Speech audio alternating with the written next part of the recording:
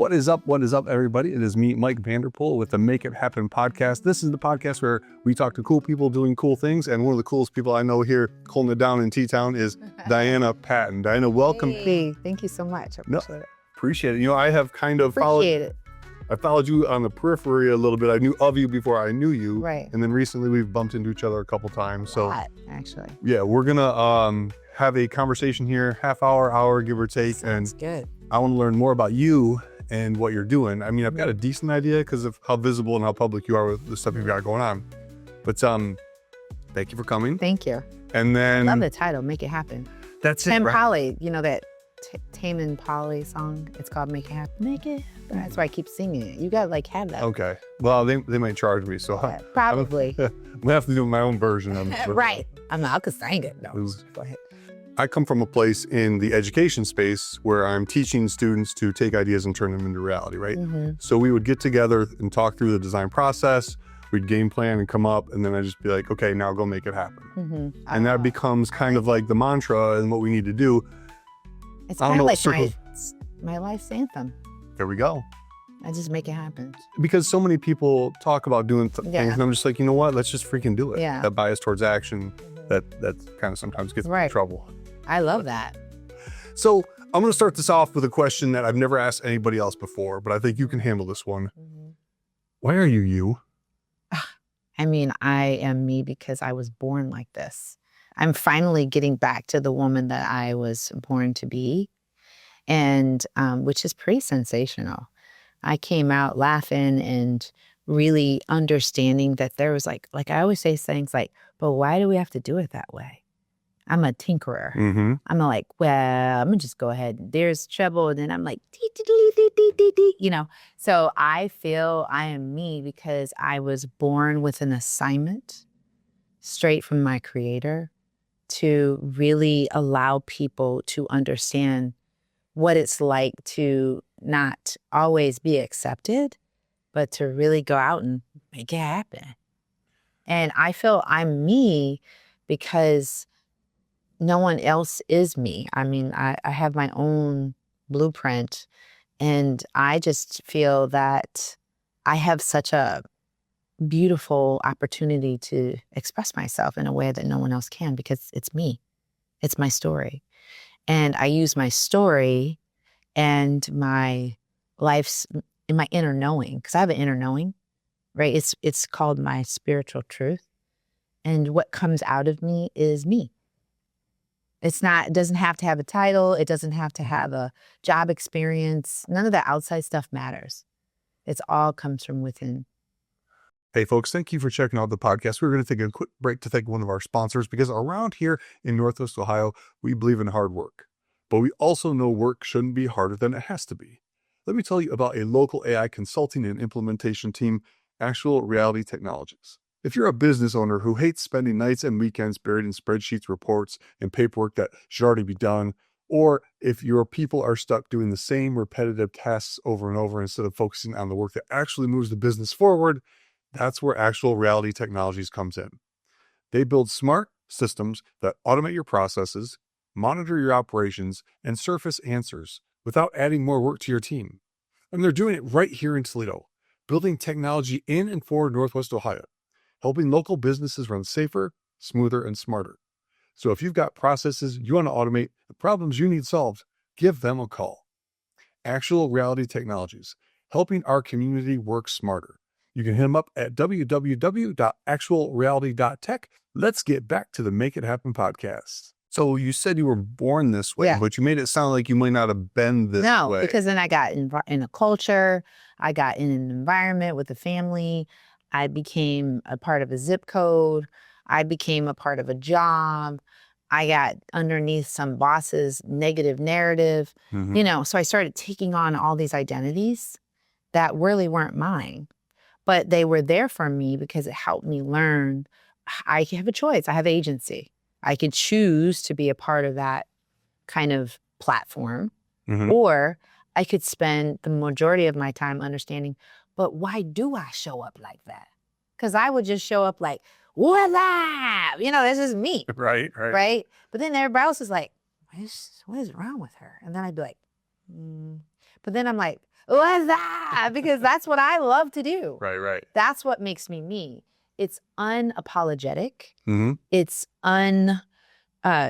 unpolished because I don't really get into this, oh, it's got to look this way. I mean, we all have branding, right? Mm-hmm. You're in graphic design, you understand that.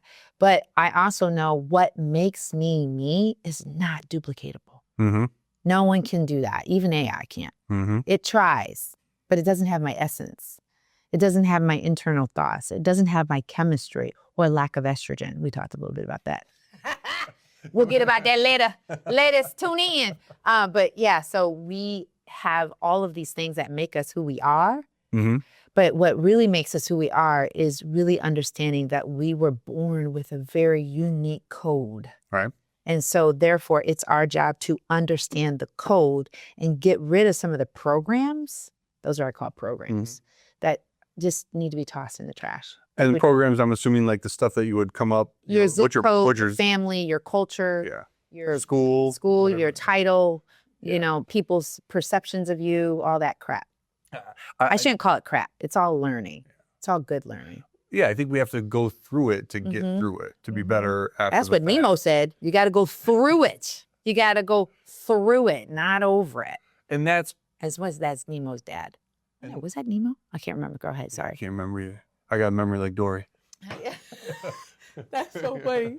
And I'm assuming based on who you are, how you're presenting yourself and how you're helping other people, you're taking your journey and what you've gone through to help other people get right to find their authentic selves. Is that, am I seeing that correctly? I would say that is a good summary. Okay. Because I was very cultured and very hurt. I had a lot of trauma. And so I was what you would call stereotypically an angry Black woman. I was uncertifiably. And then I got a license. You look it up in the dictionary. There's that. Right there.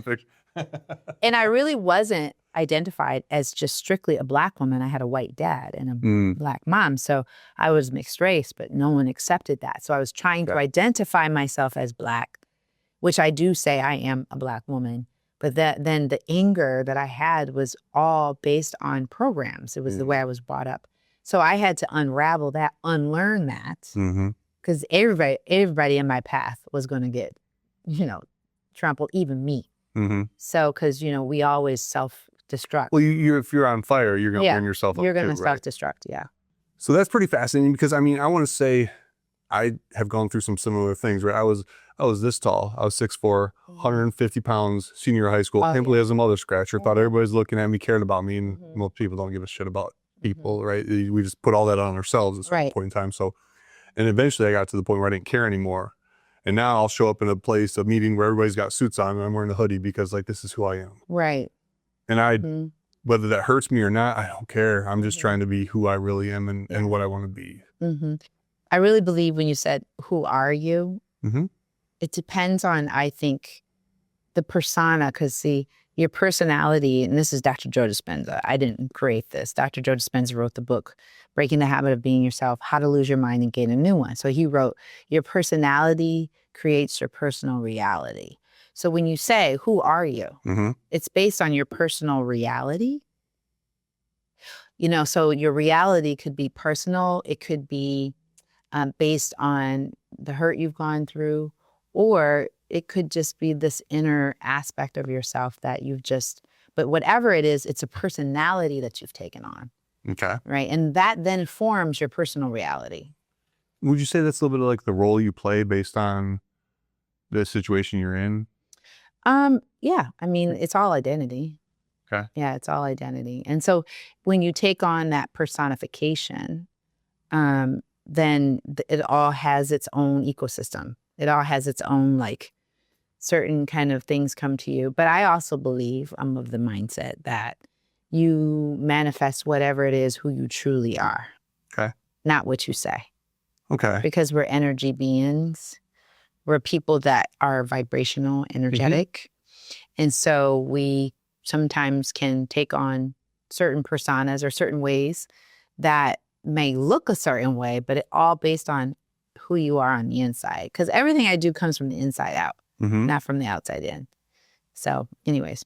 So as an air quotes angry Black woman? Like how did that manifest? Like Well, there's a big stereotype, in case you guys didn't know about that. Like there's a stereotype that a lot of people have about women, Black women are angry. And as of this recording, you will know that there have been a lot of women in this administration and Black women who've lost their jobs because of certain positions and so forth. So to bring that back home, the personification, now that we know what personification is, the personification of what would stereotypically be an angry Black woman would be a woman, again, a stereotype, who's been through a lot of stuff. And so as a result, the system, people, that we might lash back at, which became a stereotype, right? But I just jumped on the stereotype and made it actually reality because I was angry. I was angry because I didn't have, I had grew up with a lot of trauma. I grew up with a lot of, I didn't fit a certain identity. I wasn't Black enough to be Black. I wasn't white enough to be white. I had a lot of things I was holding on to. And so I learned that become a lawyer, you can fight for justice. And I was doing that to get revenge, not to actually fight for justice. I was just upset at the system. And then once I started to learn that the system didn't have anything to do with my ability to be successful, that was a personification I could choose to take on. And I just said, I don't want to choose that. I want to work on me, and I want to understand who I am at the core of who I am. And that's how my life changed. So what was that moment like then? Like, it was right when it was about the time when I spent a really good amount of time kind of hiding from my identity, from my past, because I didn't want people to know my past, which is what I talk about in my work today. A lot of us perform and, code switch for various reasons, but for me, it was, I didn't want people to know my past because I was ashamed of it. And so I did a really good job of code switching, performing. I was really good, right? Until my brother tried to kill my mom. And then when he tried to kill my mom, that's when I, like plot twist, what? Yeah. I'm in law school. And when he tried to kill my mom, that was when I kind of started to wake up, wait, this isn't right. It was, like everything started to kind of shift in my mind. And then when long story short, my boyfriend at the time, who by the way is white, who's now my husband, 28 years. But when he and I took my brother in to try and help him, and then he 9 months later took his own life, that was when everything shifted for me. And I started to peel away, not all at once, but that was my first line in the sand, like, something's not right. I don't feel what I grew up with, I didn't know was called trauma because no one told me it was trauma. I just grew up. And that's why I was ready to fight. I was upset. And that, I would say it's taken me a long time to really understand myself without those programs. But it is a base program. So there's a default program that I will go to. But what it did for me is it made me a really kick-ass negotiator. I became no problem getting promoted in corporate because I really cared but didn't care what people thought of me. So kind of had a little chip on my shoulder. I'm a former basketball player, athlete. So I kind of had that little chip too. So it was just a lot of ego. I call it a lot of ego. I had a lot of ego. And you like to win. And I like to win. And I was used to competition. So corporate America was like, game on, like especially in negotiations. And so that's what I did. I did contract negotiations, civil rights law. And so, but then I was like I said, I can't keep this pace up. This is too much to carry every day. Too much. And so that's when I started to I went to Tony Robbins, a lot of personal development. I mean, when I would say I would travel to go to conferences, start reading books, start learning. It was right after law school. And another line in the sand was when I had my son. I was like, oh my gosh, how am I going to raise this? How am I going to be a mom? You know, I don't want to pass this on. I don't want this to be his legacy. Literally, I was thinking this when I was 26. I don't want to pass this on to my kids. Actually, I was 28. What do you mean by this? Meaning like all this I knew was not good. I saw what it did to my brother. Okay. I saw what it was doing to me. Meaning like I didn't like how I was showing up. Okay. That wasn't, as your original question was, who are you? That was what I was programmed to be. And that's not who I am. So were you programmed to be that way because you were getting attention for certain things and that kind of fed into you? I feel like, and that's a good question, because I was like, am I funny because I want to be funny? Or am I funny because it was a survival metric when I was a kid? And all those things became fair game, questionable when I was going through learning about myself. So I was like, well, I don't know. Who are you? I don't know. If you don't know who you are, I don't know who you are. So all of the training, the education, the Tony Robbins even asking that question back in the day. Don't get mad because I'm saying Tony Robbins and you got an issue with it. That's your problem. But because I hear people like, Tony Robbins. And for everybody that's out there that's a motivational person or anybody trying to do anything, there's good, there's bad. You take whatever you want, and I don't have time. But I feel like once I started learning, I was like, I don't know. And then I just brought into the idea that, well, gosh, it's called, like, in the law, we have, if you do civil litigation, you have different phases of civil litigation. And one phase is called the discovery phase, where you're starting to gather evidence and you're starting to learn and analyze it. That's what I did for my life. I went through a discovery phase. And I like to also say it's kind of like, you know, the book, what is it, The Alchemist, when he's going on his journey and he gets all these people, these sages and people to help him. That's what I was doing. And I was like doing that after kids, right? And in corporate. And I'm like, I don't know who I am, you know. So that began another layer of learning. And I just decided that I am my full-time job. So I do want to back up. Where'd you grow up? Fostoria, Ohio. I don't know anything about Fostoria. What is it like? It's a, is it like Toledo? Is it like Monroe? It's like a really small Toledo. Okay. One of those places that everybody knows everybody. It's not a farm country, but it certainly is a very industrial place. It was quite segregated when we were growing up. So it was like white, black. So you just hung out on the line between the two? I mean, growing up? It was so interesting. But my mom and dad really broke up and got back together a lot. So I grew up a lot with my cousins and grandma and auntie. I didn't know that we were homeless, but we were. You know, I was sleeping on couches and that kind of thing. But all the while, my grades were always up. You know, I was always trying to play basketball or just trying to do something. You had a focus, which helped. Yeah, right? That, you know, when you grow up like that, if you don't have a focus, that's where the gaps happen with a lot of kids. And so Fostoria, so for me, everything was athletics. It was school, anything to get out of the house. I even did flag corps. Just to get out of the house. My father didn't allow us to leave, so he was horrible. Wow. He just had a lot of trauma. He died early. He was 52. Massive heart attack, which is obvious because he had so many. I was like, dang, wait a second. He had trauma. Then he married a black woman in 1958. Yeah. And then had... In Ohio, no offense, Ohio, but like... I mean, anywhere in 1958. Worst, I mean, you know, and then he had 7 kids. Dang. That man's heart could not say it. Yeah. So you have 6 brothers and sisters? I have 5 older sisters, and I had 1 younger brother. Yeah, wow, okay. I was number 6. Interesting. Spicy. Spicy.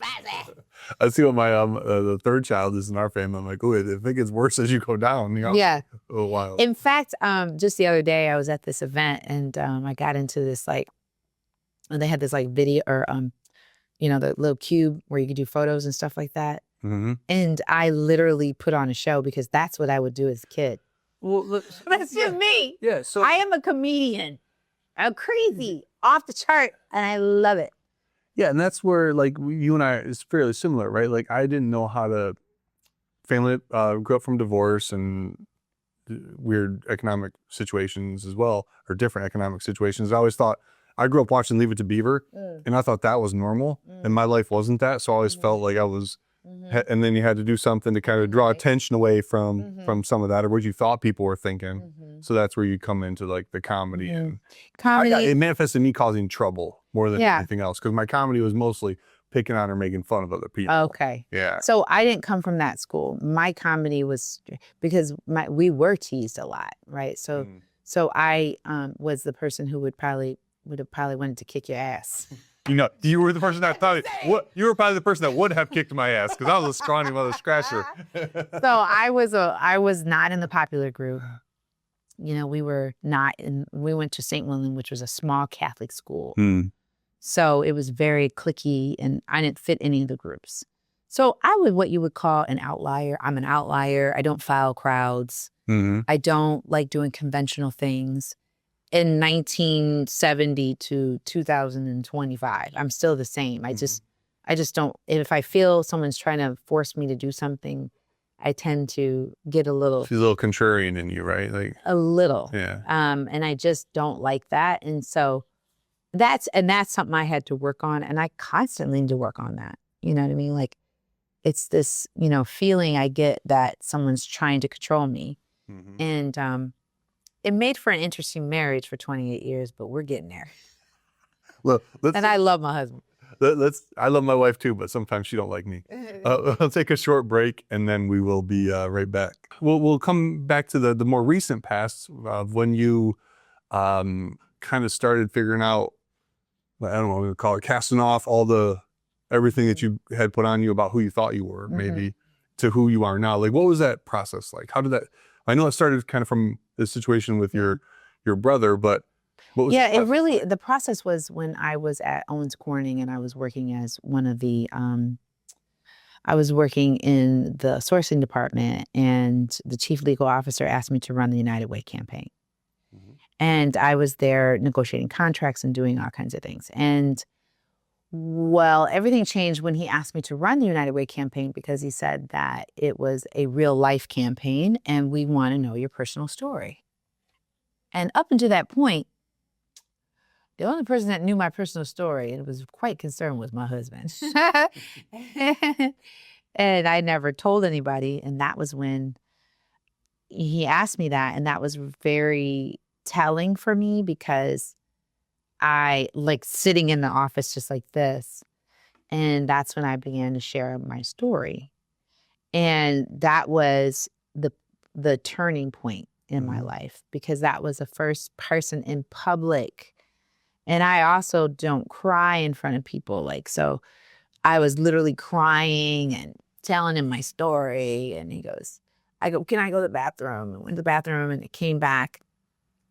And I go, I am so sorry. Because everything in my head was, I'm going to get fired. I'm going to, he's going to know stuff about me. Because the other thing too is I don't want anybody to know anything about me, because I don't want anybody to use any, which is such a defensive, it's a scarcity mindset, right? So I came back there and he said, Diana, now I know why I picked you for the United Way campaign. You couldn't tell me nothing. After that, I was like, I felt affirmed. I felt seen. I felt heard. And man, that United Way campaign was one of the best United Way campaigns that Owens Corning had ever had. And then right after that, and by the way, I used to do a lot of modeling. I used to travel and everything. And I was in Owens Corning. I was in their workout room. And I saw this magazine, it's a health magazine. Do you feel you're the face of health? And I was like, heck yeah. And then it said, now just tell us your personal story. I was like, oh my God, I told it one time, I could tell it again. And so that's when I went home. I started to write about the responses to the questions. And then I didn't look at it. It said it only had to be like 300 words or less. No, jeez, let's go. That's a blog post. Barely a blog post. But I had probably 8 pages that I wrote out. And that was when I go, I'm supposed to share my story. And got it down to 300 words. Won the Health Magazine Woman of the Year. Traveled to New York City. And people don't know this, but I was actually going to go to New York the day I found out that my brother took his life. because I had a modeling opportunity, and I never went to New York. I stayed at law school instead. And so the winning was to go to New York and model in Soho, New York for that magazine. So I was like, wow, full circle moment. And that was like, ding, ding, ding, ding. I think I'm supposed to be doing something different. And that's when everything shifted for me. I started, I went to the health magazine thing, and then I went to school. I went back to school again to learn about health coaching and coaching. And that's when I got bit by the bug. I need to help people. And just like I had started to go on the journey of helping people, learning myself, I realized there's no degree I can get from college. There's nothing else I need except for to learn about me. And that was when I decided to become a coach. So when you say learn about you, what some of the methods and techniques, things that you tried, things that worked, things that didn't along the way to help you kind of figure that out? Well, when I went to Tony Robbins' Date with Destiny. Have you heard of it? Date with Destiny. So just learning about your destiny. He had, he's no different than what I am doing now, but he had all these tapes, cassettes, and DVDs and all this stuff. And it was just you diving into learning about what makes you tick. What are your triggers? What do you value? What brings you joy? What are you most grateful for? Who are you when no one's watching? How do you take care of yourself? When you promise yourself you're going to do something, do you follow through? Are you a person of your word? Do you have accountability? What does that look like for you? What does integrity look like for you? All these things, no one ever asked me. I was just busy trying to get a law degree. I was trying to show up to, win something or do well in my job. But no one ever asked me, who are you? Because if you would have asked me that before I did that, I would say, I have a bachelor's degree. I'm a lawyer, and give you my bio. Yeah. Well, that's not who I am. Right. That's what I'm doing. Who I am is so much more than that, right? It's really what I'm doing now, which is helping so many people understand their birthright.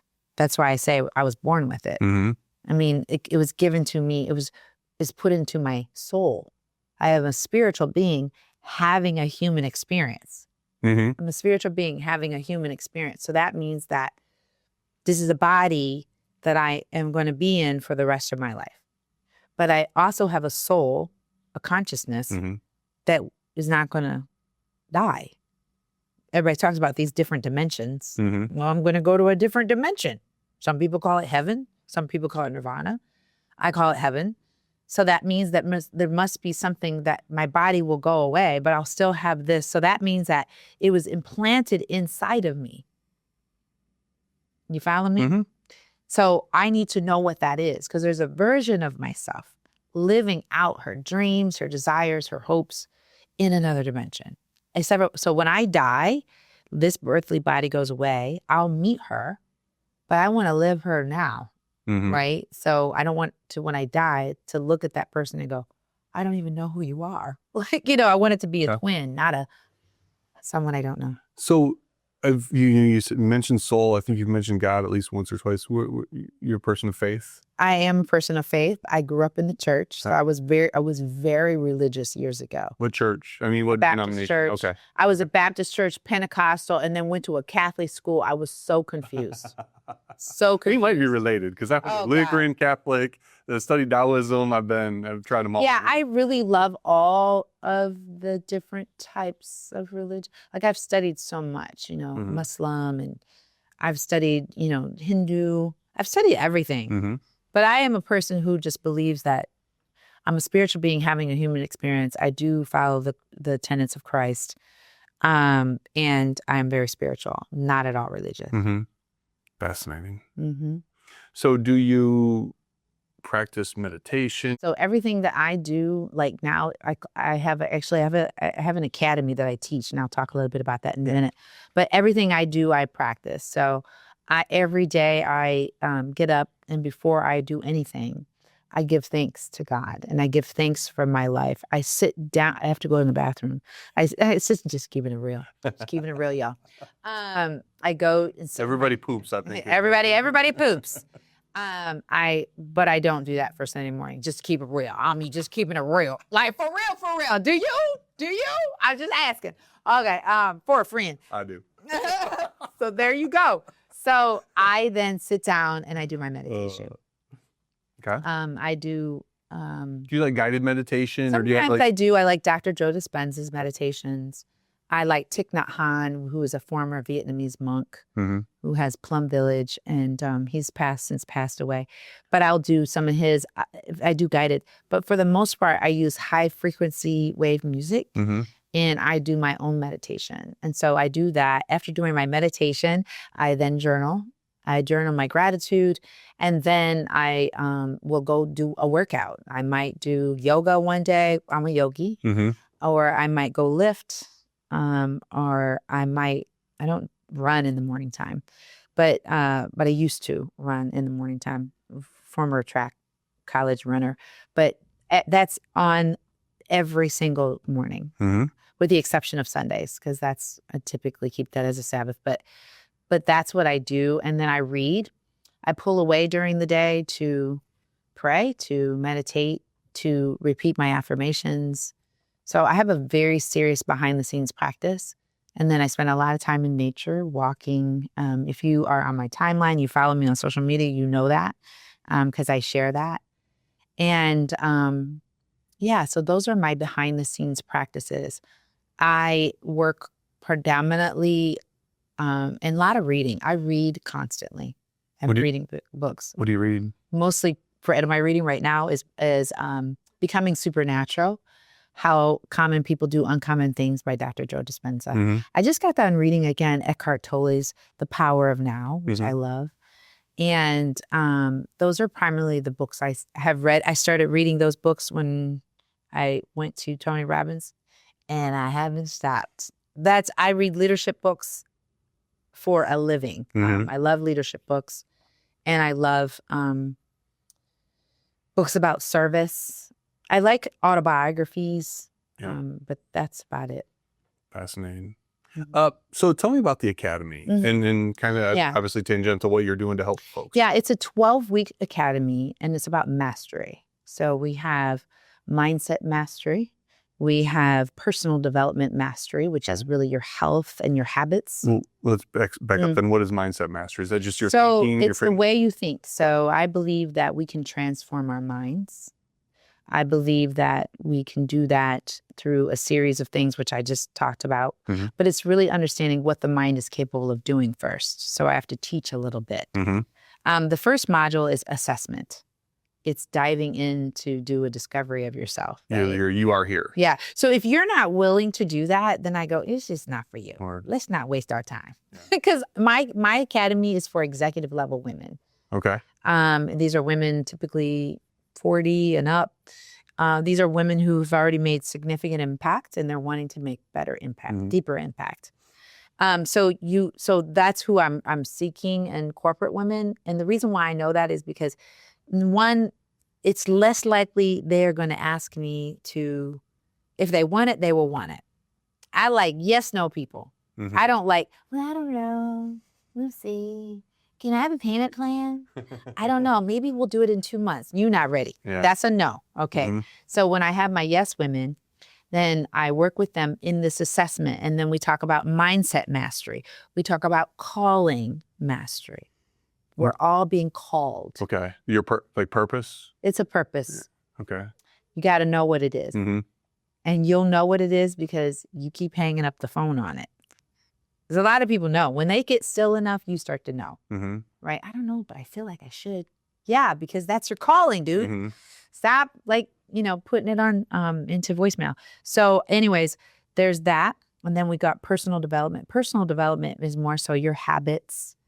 And then health is included in that. And then professional development, I talk about your branding, that you are a brand.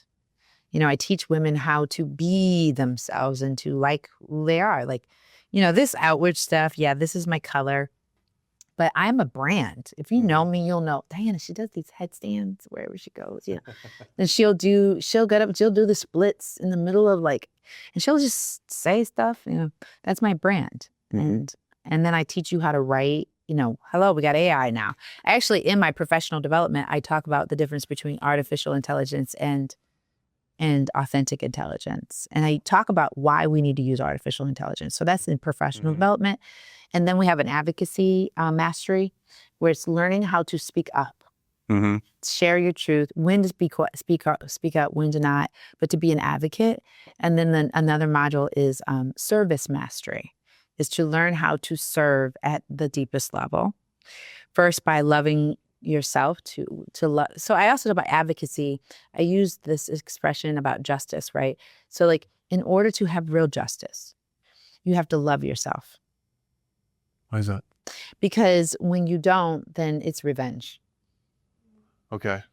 Okay. Fair. Because a lot As a Batman fan, I can relate. Yes, it's revenge. It's more so I'm hurt. I'm doing this because I'm feeling a wound. Yeah. Either it's gaping and seeping, or it's kind of been sitting there with a Band-Aid over it. It's not healed. Because healing is love. You know, when you love yourself and you love is patient, it's kind, it doesn't keep a record of wrongs, but it does believe in right. So that's where justice comes in. So then I do service, and then we wrap it all up in a bow and create a plan on how you're going to live your life. And that's the, I expect to get 100,000 women. That's my vision. I said before 2035, but I also know, like, if God wants it tomorrow, I'm cool with that. Yeah, right. But if I'm going to not be on this earthly body, then I'm already really working with my young people. I do a lot of mentoring. Sure. So I mentor the University of Toledo College athletes, basketball. Nice. So I spend a lot of time mentoring athletes, which I love. How long have you been doing that? At UT, probably 7 years, 8 years. I started with Trisha Cullen. Well, can we hang out there for a second? Yeah. So, because I'm teaching at Defiance College, and have a ton of student athletes. Yeah. So tell me, like, what are you seeing and how are you helping our college age kids? So exactly what I was talking about. Okay, just basically Everything I'm talking about. Okay. So I teach them about themselves. Okay. And so a lot of, like, for example, I have a lot. And sorry to interrupt, but is it different for them than it is maybe for like the corporate women and I feel like the corporate women have a lot more baggage. Okay. They've had longer years. Marriages, divorces, kids. They're a little bit more skeptical. Okay. Whereas a lot of the athletes I know that I work with, and I like working with athletes because I can tap into that side of you that wants to win. You know what I mean? I know what that feeling is.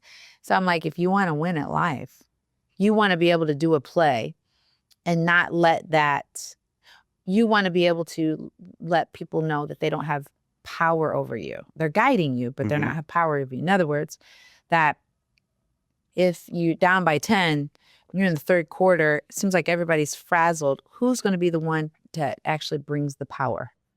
It's the person that knows themselves. So then you can get out of your feelings, get out of your emotions, and come into that game with this, let's go. You know, and then you're not going to, the rest over here, coach is doing this, you know, like, okay, so how does that have anything? Oh, okay, so you don't have power over yourself. And then you tell me that? What do you mean? I've got power over myself. Well, you totally melted down in the third quarter. That's called emotional insecurity, right? So when I tell you that, like, dang, if you really want to win, you're going to want to win. You're going to want to master that. And so I teach people that that's not someone else's fault, because we blame other people. We'll blame the coach. We'll blame our, you know, well, gosh, you know, when I was high school, you know, I was a star player. Well, that's high school, baby. That is not college. That's called the past. So you need to master the present moment. So I talk about mastering the present moment, right? Because a lot of people don't know how to do that. So I teach them that. And to the extent they're willing to listen, and I'm willing to listen to them, because it's not just mentors don't just spew out things. We have to listen to. And so I spend a lot of time doing that. And then I just teach them what I know. And I also show up as Diana, not attorney Diana, not, you know, suited up, booted up Diana. I know more Diana. You know, it's really a humble position. Very cool. Very cool. Holy smokes, we could talk forever.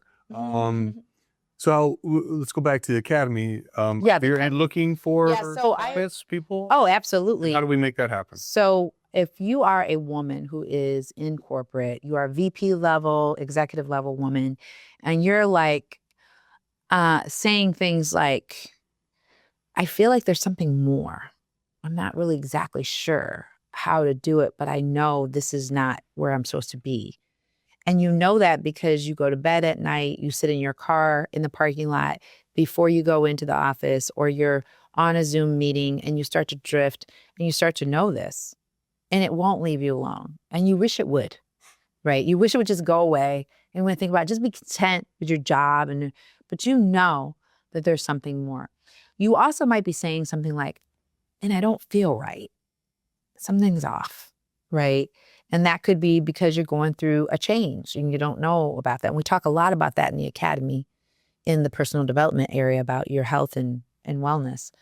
And so, again, I'm dealing with women between 45 and 55. These women are dealing with a lot of biological, physiological, psychological changes called menopause and perimenopause. And my job is to release the stigma with that. Like, that's a good thing. Let's walk through that together. And then when we walk through that together and you have community, you are unstoppable. Like, women start to go, wait, this is the best time of my life, right? Because I'm going to get you flexible. I'm going to get you strong because we work out, right? I'm going to get you loving life again, having better relationships, better sex. I mean, the thing is that women, like, what is it? Like, there's so many women, like, sex is an important thing. I've been married for 28 years, right? And I'm very vocal about this. That is not a problem in our marriage, okay? And that's part of the reason why we still marry, okay? Right. But I know for a lot of women who go through that stage, that's such a taboo subject. But that is life.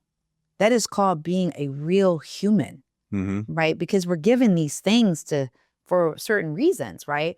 But when you got hormone imbalances, you still in the past. Well, if he hadn't said that to me 20 years ago, I wouldn't be where I am now, right? You living in the past and you mad at everybody. That is not a good life. So, sis, if this is hitting you, you're like, I need to talk to you. You need to come to me. RiseAdvocatesAcademy.com. RiseAdvocatesAcademy.com. And we have an application. All right. So, because not everybody can get in. Because I'm not playing around. You may not be ready for me, and that's okay. But I want you to do an application. So it's RiseAdvocatesAcademy.com. Little slash there, register. And the reason is because I just feel like, see, like I teach people to say yes and no. If it's, I don't know, it's a no, right? Because that type of clarity is dangerous. That's what I know when I go, like, I don't ask my husband if I look good in my clothes. I know I look good in my clothes. I'm not asking for anybody's advice but mine, because my opinion is all that matters when it comes to Diana. And I taught my daughter the same thing. She's 24. She said, Mom, you like this? Do you like it? Yes. Okay. Then, okay. Do I like it? Well, it's not my style. Now, if me saying it's not my style deters you from wearing it, that's the problem. Yeah. You see we're picking up what I'm laying down? See, a lot of people don't have this understanding of loving thyself. That's when you love yourself, right? There's no one on this earth that can stop my assignment unless I let it. You can take away my job. You could take away my title. You could say no DEI. You could say all that. That doesn't have anything to do with my assignment. Because I still and will forever believe in diversity, equity, and inclusion. I don't care who's president, whatever. I don't care. It's because why? Because I understand that for myself. That's what makes me dangerous. And I'm not angry.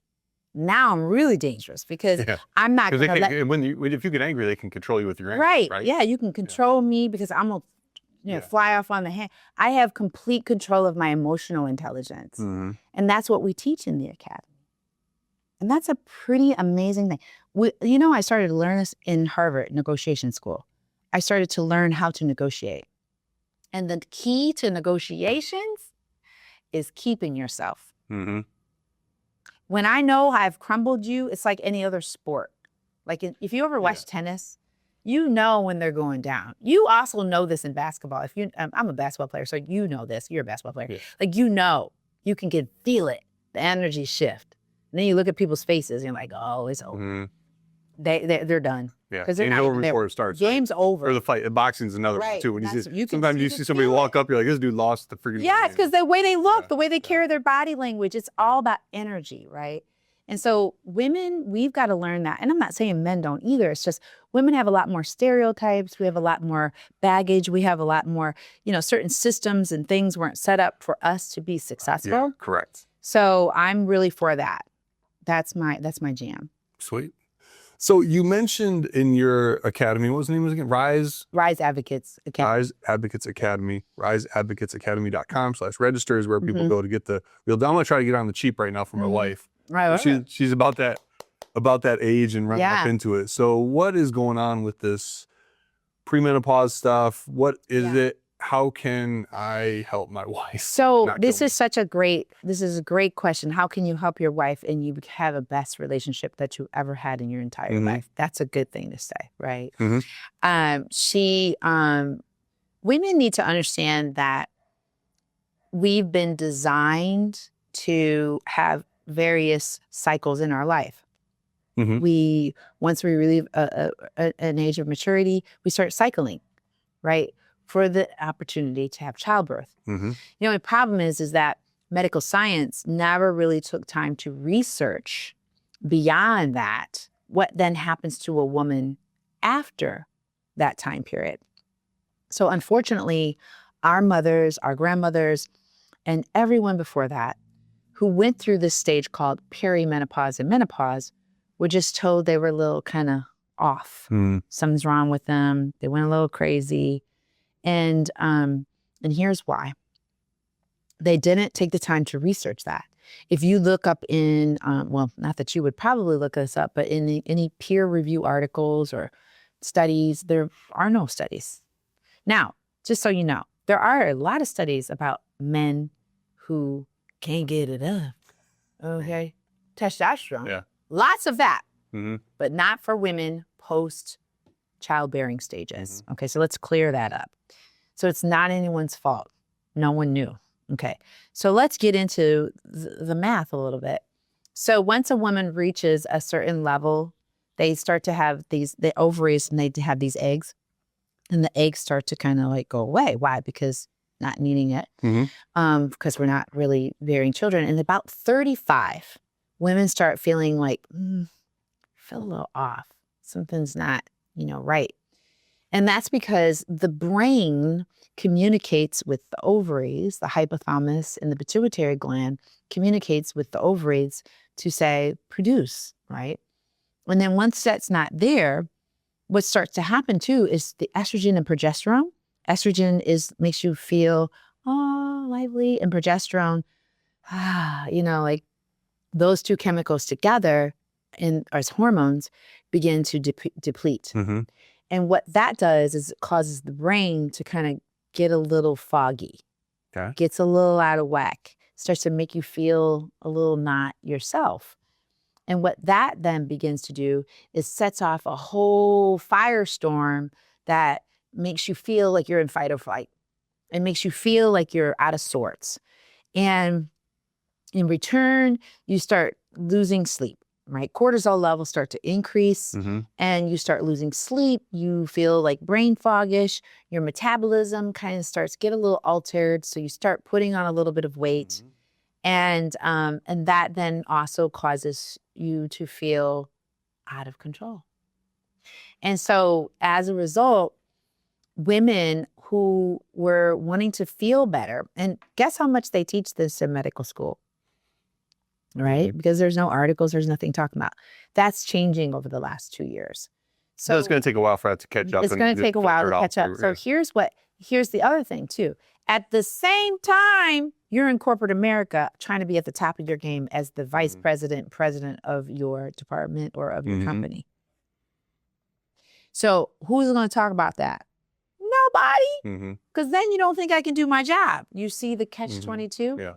So what we've had to do here lately is, in some women, by hearing, they don't even want to talk about it. I don't want to talk about it. That's not me. That's not going to happen to me. Even though it is, because they're more concerned about their job, right? And being taken seriously, because especially in this climate right now, you got, Yahoo leadership talking about everybody, and then women and degrading people. Yeah. You know what I mean? So it's just like being, out there with like a target. And so what we've really started to know is, no, you are not alone. This is not something that's causing to you. This is happening for you. So here's how we're going to get through it. First is we have some, I'll call them tools in our toolbox. One, we have hormone replacement therapy.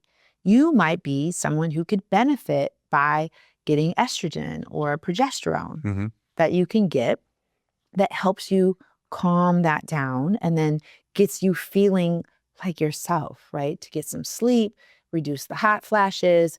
Also, women have a hard time. They get dry down there. And so that causes you to not want to have sex, or it hurts. All that stuff is happening. And because there's so much shame around it, no one ever asks for help. And there's no one size fits all. So let me get back to the tools. We have hormone replacement therapy. Getting a doctor or someone educated enough. I only know one doctor here, Dr. Jackie, who knows about that here, who's public about it, because the gynecologist I had before was not knowledgeable of that. And I went through all this in 2020 and I thought I was going crazy, right? I thought, just like, what is going on with me? I was totally off my game. I never thought any of this would happen to me. But I wasn't equipped to know, I'm going through a phase. I'm going through this shift in hormones. And so I was never offered hormone replacement therapy. Instead, I was offered an antidepressant, right? Now, do you know when the suicide rates are highest for women? Between the ages of 45 and 55. Okay. Hello. Yeah. I mean, duh. And so hormone replacement therapy can help. The other thing that can help for a lot of women is, I call it intermittent fasting. Why is intermittent fasting? Well, because it helps you calm your, allows your body to do this thing called atrophy. It's not atrophy, atrophy. Cleaning out the cellular and getting your hormones to balance, right? So if you do a fasting cycle, it's also going to help you regulate your weight. It's going to help you get better sleep, all of these things. So intermittent fasting is a positive tool for women going through this. The other thing is supplementation, right? Helping women with supplements like vitamin D, like omega-3 fatty acids, eating more protein, right? Because it's going to help you build up more muscle. And also getting into like these adaptogens like ashwagandha. Ashwagandha is an adaptogen that it helps the brain kind of like get in better neurotransmission.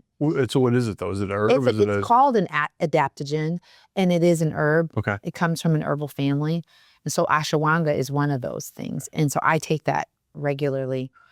Another thing that women have been doing, that it helps with hormones that naturally develop in our bodies that decrease over time, like GLP-1s, peptides, in the form of Ozempic or other types of digestive weight loss kind of insulin, because the insulin levels increase exponentially for women when estrogen and progesterone are low. Okay. Because stress is high, cortisol levels is high, and that has an impact on your insulin ability to regulate. So when the estrogen progesterone levels are really low, things get out of it. It's just like your body's going like this, And so all of these are helpful tools that can help you. But I also believe in, again, things like working out, lifting weights. Like women have to lift weights.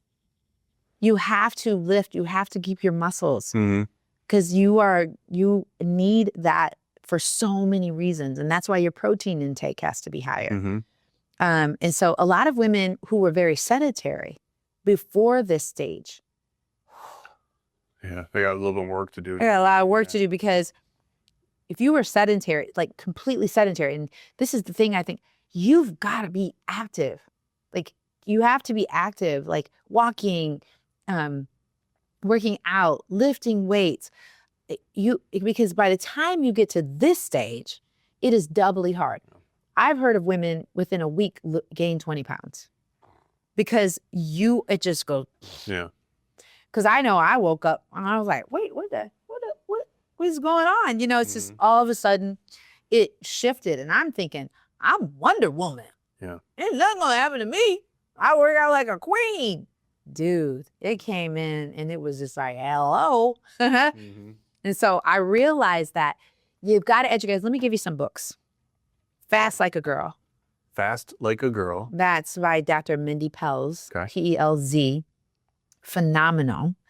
Because it talks about intermittent fasting and hormone regulation. Okay. I always say start there because women be worried about weight. Yeah.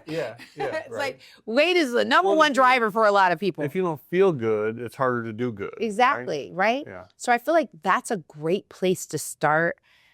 She also has another book about aging and aging well, because women are so concerned about their looks and because everything we do was taught to be outside.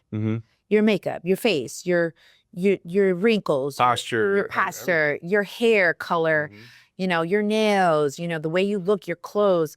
Well, I am always from the inside out. And so that is a great way for women to learn. Now, there's a few hormone books that I think are really great. Some of them really, really get deep in the weeds from an educational perspective, meaning that it could be pretty technical. But I'm going to give you this podcast by The Diary of a CEO. He has a podcast with 4 women that's about 3.5 hours long, but it gets deep into this type of narrative. And 2 of the women on that podcast have great books. So maybe I can give you that link. But yeah, so that's where I would start. The thing is, start. Like, educate yourself. Stop getting over this. And don't get mad at your mom, because it's like some people like, my mom never told me. She didn't know. She didn't know. Yeah. She was on a Phenobar. You know, she was on some kind of like, she was on a relaxant. I mean, she was smoking 2 packs of cigarettes and having no whiskey pool there. She was doing. Getting a bag of Camels or Kool-Aids and trying to, you know, get a little whiskey at night. Yeah. So, you know, that's how she made it through. Some didn't make it through. Some just gritted it through. Some were, I remember my auntie, she was considered the crazy aunt. She probably was dealing with this load. Okay. Right? Yeah. Some I just know that. And so I'm looking back going, oh my gosh. So that's why in our academy, I have opened it up to talk about that, because you got to learn how to advocate for yourself. And if that's not right, you talk to your doctor. That's not right. Switch. Go to a new doctor. If you, then you know what? Learn how to meditate, because that's another tool of meditation. I remember Oprah was talking about, you can't meditate your way out of menopause. Well, Oprah, you speak for yourself, girl. I believe that meditation helps deeply to control your central nervous system, 100%. To control your hormones. I don't care what, and it's because you're not doing it. And I know, Oprah, if we're gonna have a conversation one day, like, I know you have all these people on your podcast. I'm just saying, have we done the studies with the women in meditation? I don't know. I just wanted to get with Oprah. She watches this. I'll send it to her. Thank you. And Gail, if you call too, I will talk to you about it too. But I'm just believing that we don't have enough studies to know that. Yeah. So there. Yeah, and the meditation stuff I've looked at, like what it does to help slow down your body's processes. Because I think we lived in this hyper, everything's so tense world that like, you gotta, it's like, if you are a person of faith, and if you're just running around, getting through the day, scrolling through everything, and don't shut the freak up and let God speak to you and listen, you're not. Why do you go to church? Why do you read the Bible? You're not going to get what you need. You're not going to get the downloads. Yeah. Same thing with your body, right? If you don't ever let your body get in that position of rest, it's never going to, and we're not talking rest, sleep. We're talking about actually like peace, how you're breathing and your brain not clearing your thoughts. I've studied, it's called effortless meditation. Because even trying to clear your mind required effort. This was designed so you weren't even trying to worry about that. Yeah. Which worked out pretty well for me. But I don't want to make this about me because you're too fascinating to No, I think, well, it makes sense because that's why you bring on people. You're attracted to people like that, because I also believe that you attract who you are. You attract, so, and you have a force field of energy around you, and the light is only as bright as it is that I believe you are close to who you are supposed to be, right? To the extent that you are sweating people's opinions, you're trying to, muscle your way through life, I believe your light and your ability of reach is lower. Okay, yeah, I agree. I think that people get into this false idea, well, he's a millionaire or she's a billionaire or they are successful. That's not my gauge of success. Yeah. I know a lot of billionaires, well, I should say millionaires, who are completely and 100% not in love with their lives. Yeah, living paycheck to paycheck. It's just, I mean, they're just So. just kind of just hustling through life. Any word that's hustle or hover or hangover, those, no, I don't want any of those things, because that's not really the sweet spot of life, right? And so a lot of times, and that comes from meditation. That comes from slowing your heart rate down. Peace and listening to yourself instead of the outside world. Yeah, exactly. And finding that alignment internally of, to your point, your physical form plus your spiritual purpose. Is that fair to say? Yeah. I think that it's important. All right. Well, we could talk for 3 days, Diana. I am pretty freaking sure. But I started out with a question. What was it? Why are you you? And I think I've got a better understanding than we did about I think so. This was phenomenal. Thank you again, so I would much. love to I do this appreciate again it. sometime. Yes, you definitely can. I appreciate what you're doing for women in our community and beyond. So again, anything else? No, that's it. Okay. Nice to meet y'all. Folks, thank you for taking the time to check out the podcast. Make It Happen podcast. Cool people doing cool things in Northwest Ohio and beyond. Thank you for making it happen. Thank you so much. Doing good work, man. You good to each other.